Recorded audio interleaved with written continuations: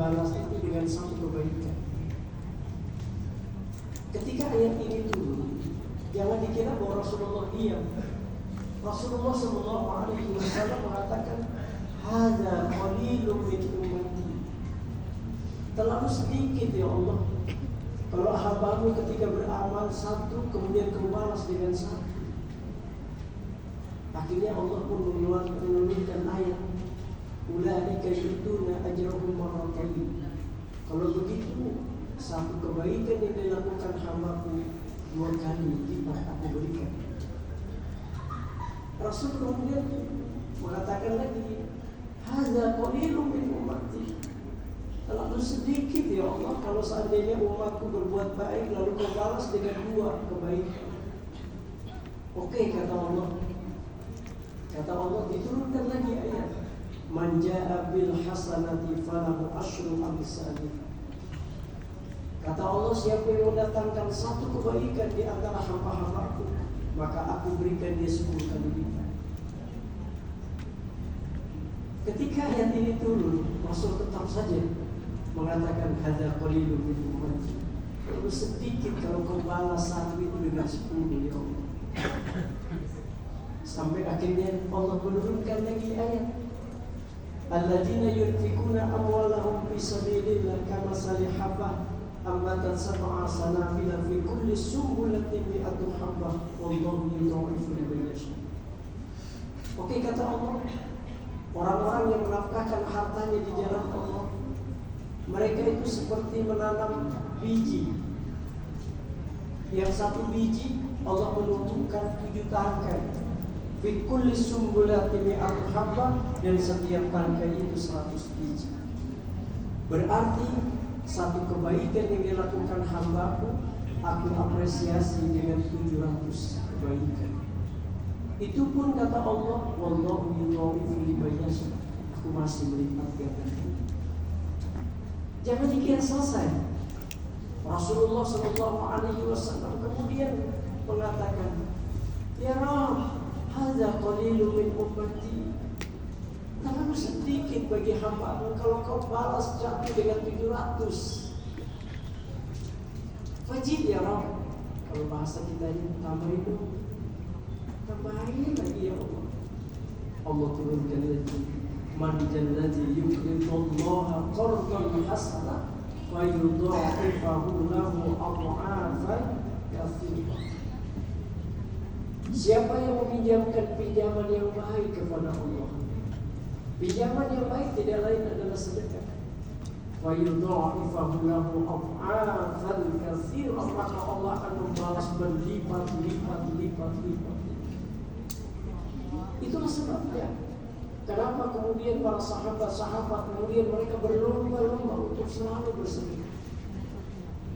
Umar bin Khattab, Abdurrahman bin Auf, Utsman bin Affan, yang sampai sekarang kita masih bisa rasakan sedekahnya Utsman bin Affan. Apalagi di bulan Ramadan. Ada satu kisah barangkali untuk menjadi inspirasi buat kita.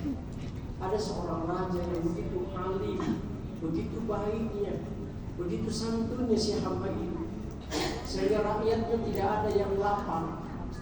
Selalu dia berikan sedekah. Sehingga tiba-tiba datang seorang musafir yang mengaku sudah berhari-hari tidak makan.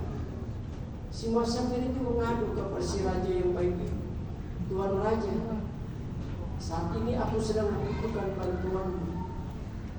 Raja yang baik ini kemudian memberikan bantuan, "Kau silakan makan sesukanya." Kata raja itu, tapi si pengemis itu bilang, "Aku tidak mau makan kecuali dari tanganmu yang menyuapi."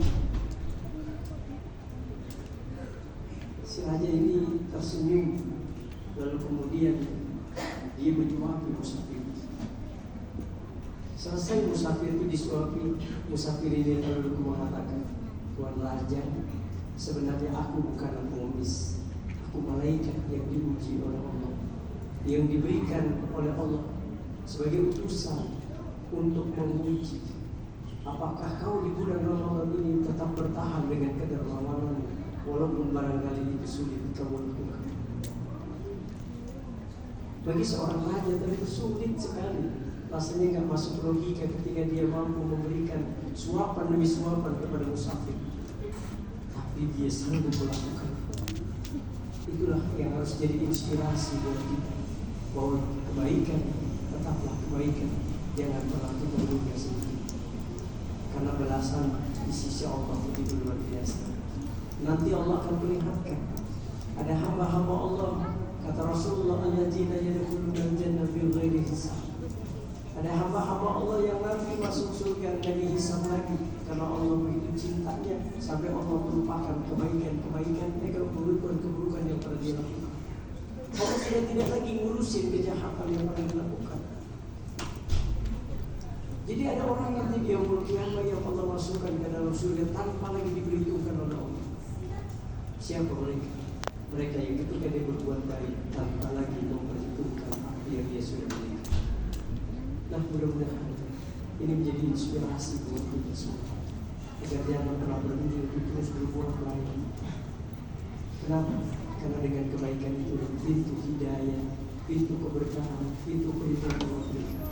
Rasul banyak membuat ilustrasi seorang pelacur cuma karena memberikan air yang anjing kehausan, Allah apresiasi dengan surganya Allah Subhanahu wa Ta'ala. Fudayl bin Iyad, seorang perampok kelas kakap yang orang lain jangankan bertemu dengannya, mendengar namanya sekalipun tidak lagi berani, tapi kemudian Allah membuat cara hidupnya 180 derajat menjadi wali bin auliya Allah. Apa rahasianya?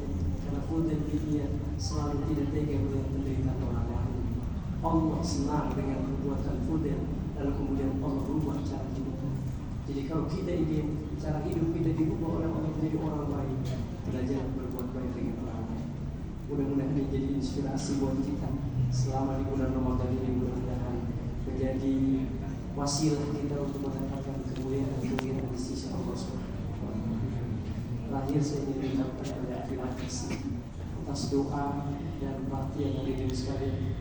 Saya masih ingat betul beberapa hari pertama sebelum saya berangkat untuk menjalani operasi, dan alhamdulillah berjalan dengan baik. Dalam waktu 1 jam proses operasi itu berjalan dengan baik. Itu pun saya tidak pernah merasakan sakit, padahal tidak pernah dibius, karena memang dokter ahli. Dan alhamdulillah selesai operasi saya langsung pulang ke Jakarta.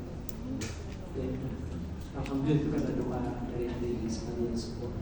Jadi alhamdulillah, dan hari ini pun saya masih bisa melaksanakan aktivitas. Ya, pulang dari sekolah siang saya sudah ceramah, malam terawih sudah ceramah, dan malam pun saya masih ngisi itikaf di masjid. Ya, alhamdulillah diberikan semangat kita untuk terus berpacu di bulan Ramadan untuk meraih keridhaan Allah Subhanahu wa Ta'ala. Terima kasih, mohon maaf lahir batin. Wallahul muwaffiq ila aqwamit thoriq. Wassalamualaikum warahmatullahi wabarakatuh.